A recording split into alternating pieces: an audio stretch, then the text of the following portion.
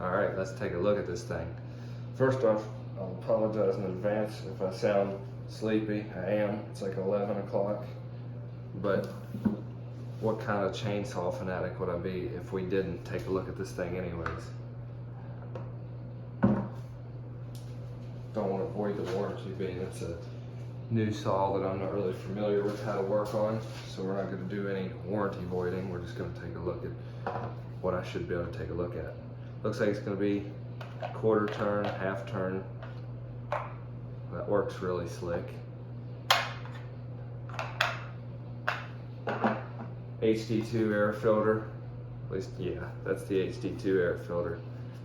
Here we have some wires down to a module. Looks like it would probably be whatever controls it electronically. The computer, I guess it has a computer. Let's remove this filter. This seems like a really good filter design. I'm excited to see how it stands up compared to the circular filters of the rest of the saws. Just this one pop clip here, I guess, is all that holds the top down from what I've been seeing. Yeah, sweet. That gives us a look at this nearly 80cc cylinder. One butterfly. I take it there's only one because the saw has no choke, just a primer bulb and a kill switch.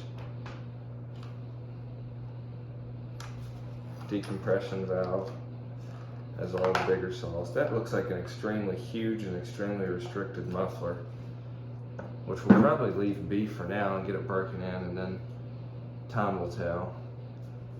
It doesn't look like it has any sort of like pre-separation air. I guess it only draws air from the cover and doesn't blow up around like the 462 and the 400 and the 362 and so on.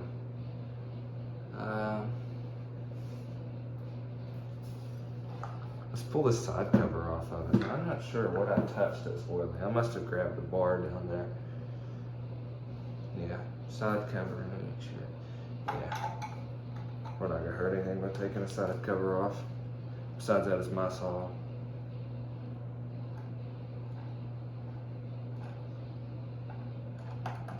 I know it would be much more efficient if I had a battery tool down here to do this, but it gives me more time to look at it. We'll put it like that. Make sure these are the same. Those are the same. I'm surprised they're not in nearly as tight as what they were on the 462s.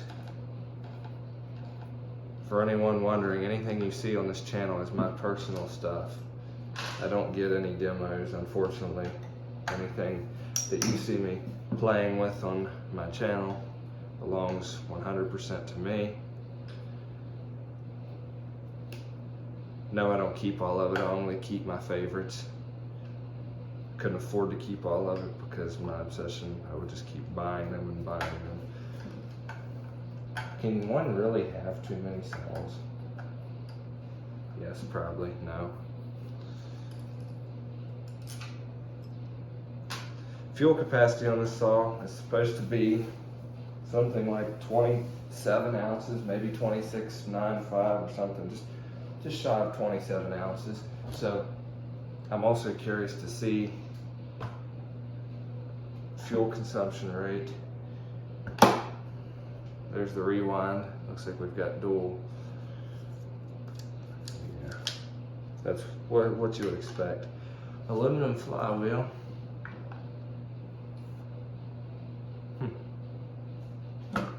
Then like any pro saw, I mean, it's just the same design. I assume that this is probably going to ship with a 7-pin, obviously 3/8 sprocket. Maybe we'll put an 8-pin and give it a rip and see. Standard side cover. I believe that's the same side cover between a 462 as well. Possibly some other saws. Yeah, 7-pin, 7-hole, whatever you want to call it. Rim sprocket. Standard brake. Adjustable roller. With the pin you can drive in and turn it on up a little bit more. Maybe one day in the future this saw will get a wrap handle. But for now, I think, forgive me while I check on this camera one last time. I think we'll slap these covers back on it, throw the bar and chain on it, take a look at it all together in all its glory.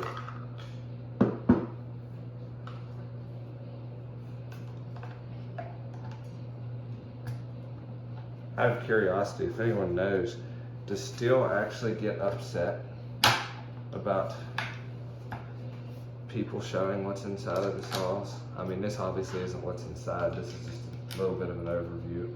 But I'm curious, are you supposed to, when you first take it out of the box, rip all the covers off, or is that frowned upon? You didn't see that. One thing I'm curious about is if anybody actually uses the cold weather shutter that will thread on down below. And I'm also curious too, does anybody know where I can get a service manual on this saw? I already tried to get the dealer to see if they could sell me the computer to be able to hook it up to my computer and pull information on it, and they laughed. So I take it that means no, or that it's expensive, and that also means no for me as well.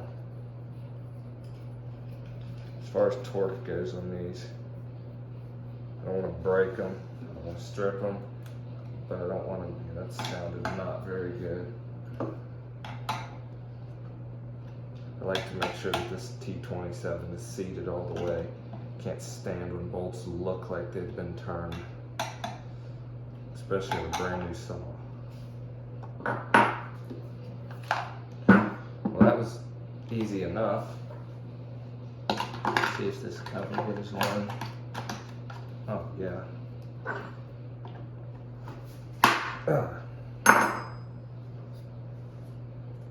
Might make a little modification to this filter, just for peace of mind before I run it, for the purposes of this.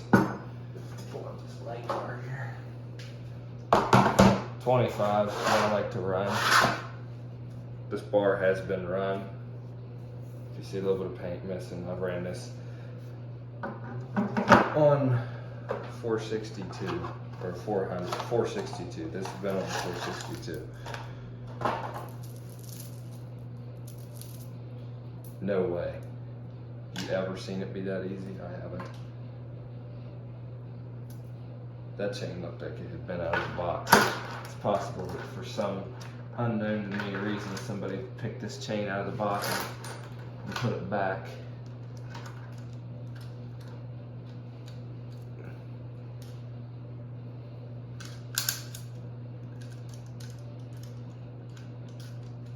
Used bar on a new saw. That's alright though, we don't have to tell anybody. It has a new bar with it up in the other room. I just don't laugh. I did get my hand stuck, yes.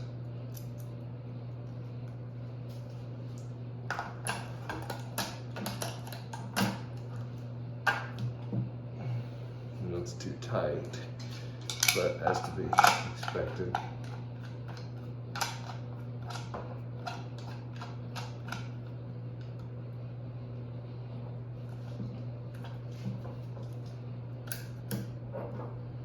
Never mind, forgive me, too loose.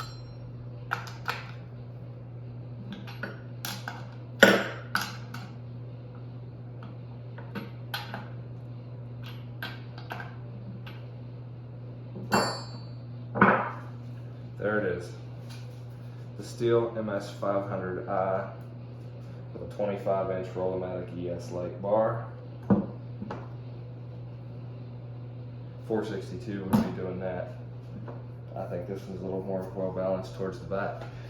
For anyone curious, this thing's date of manufacture is August of 2021, so it's a more recently made saw, probably one of the newer ones in the area actually. I cannot wait to get this thing out tomorrow. I don't have any mix down here, or we'd fire it up. Obviously, it goes without saying, it's the regular STIHL. Quick. Those always have pressure. When they ship, they always have pressure. I guess it's from when they're testing.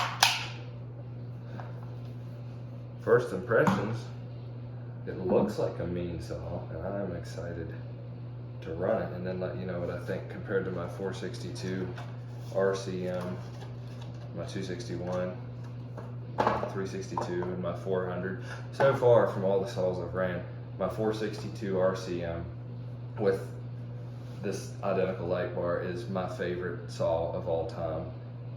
That is, I haven't ran the 500i, not actually cut with one. I've ran one, haven't cut with one. I'm excited. I'm really excited, if you can't tell. You probably can't because I sound like I'm half dead because I'm sleepy. But what kind of saw fanatic would I be if I didn't at least show you my new toy? For anybody wondering about these boxes, they're empty. Don't come looking for me. Empty. All right. Thank you. And keep an eye out to watch this thing run. Thank you. We'll see you soon.